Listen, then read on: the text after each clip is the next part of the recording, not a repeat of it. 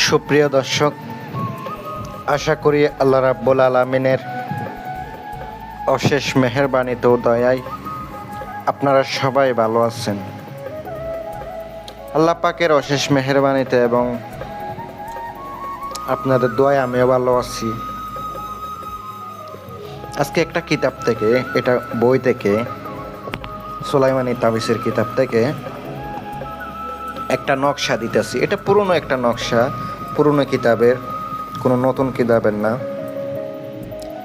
স্মৃতিশক্তি, মেধা শক্তি বৃদ্ধি হবে।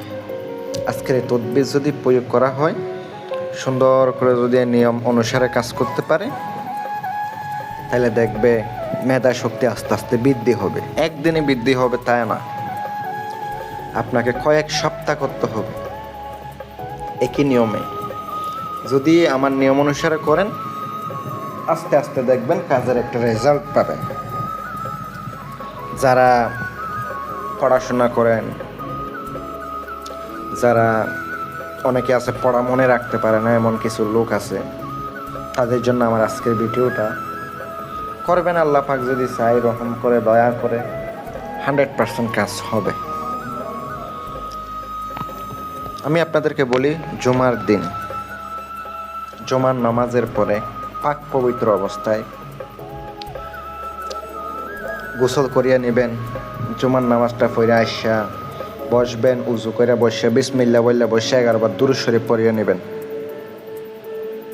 এক গ্লাস পানি নেবেন, একটা জাফরান কালির বোতল নিতে হবে, কারণ জাফরান কালি দ্বারা লিখলে, ধুইলে এটা আপনার মিশে যাবে। তারপর আপনি নকশাটা সুন্দর করে লিখে নেবেন। নকশা, আপনার উদ্দেশ্যটা নকশার নিচে লিখে নেবেন।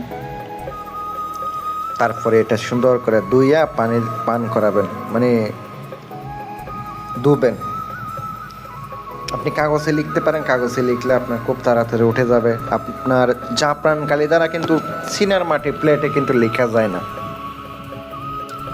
ওখানে লিখতে হইলে আপনাকে কলম দিয়ে লিখতে হবে, বড় কলম দিয়ে। আপনি কাগজে লিখিও ধুইয়া 21 দিন পর্যন্ত 21টা খাওয়াইতে পারেন। আর ওভাবে না হইলে সিনার মাটি প্লেটে লিখে ধুইয়া প্রত্যেক দিন খাওয়াবেন।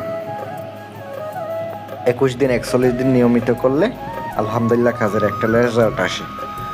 যারা তদবির নেবেন, বাংলাদেশের যে কোনো প্রান্তে পাঠায়, এত বাকি মাত্র আপনার 1250 টাকা পরে